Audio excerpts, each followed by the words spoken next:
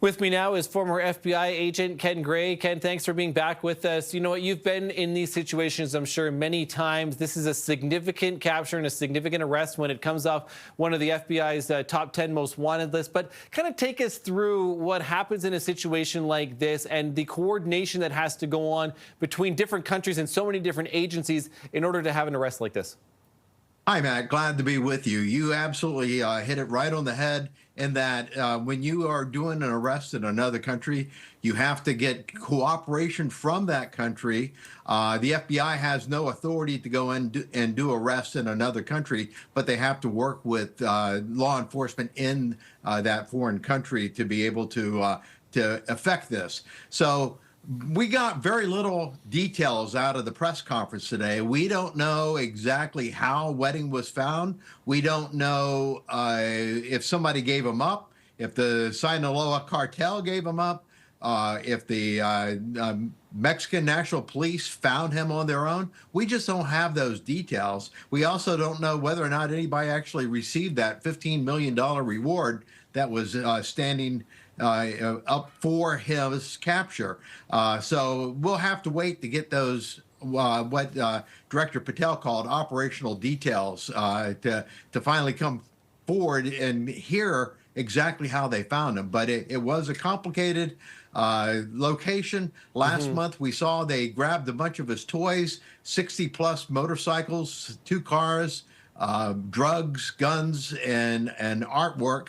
Now now we actually have Wedding in hand. Arrested in Mexico, transported there to Canada, and now en route to L.A.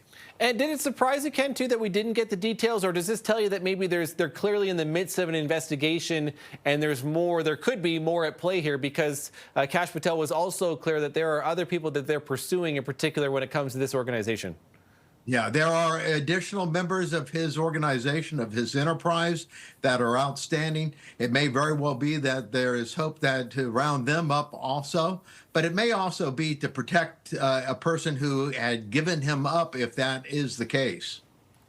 Outside of that, too, as well, you know, when we get into, you know, some of it, at least the cooperation to see all of them talking there, and for right now, getting into Mexico City, do you believe that Kash Patel was there? It certainly doesn't feel like he was in Mexico City by accident, and it feels like he knew that something big was about to happen. Absolutely. I'm sure that he was given the heads up.